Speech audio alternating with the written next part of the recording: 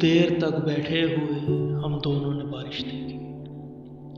वो दिखाती थी मुझे बिजली के तारों पे लटकती हुई बूंदें, जो ताक़ुब में थी एक दूसरे के, और एक दूसरे को छूते ही तारों से टपक जाती थी। मुझको ये फिक्र कि बिजली का करंट छू गया नंगे किसी तार से तो आग के लग जाने का बहस होगा।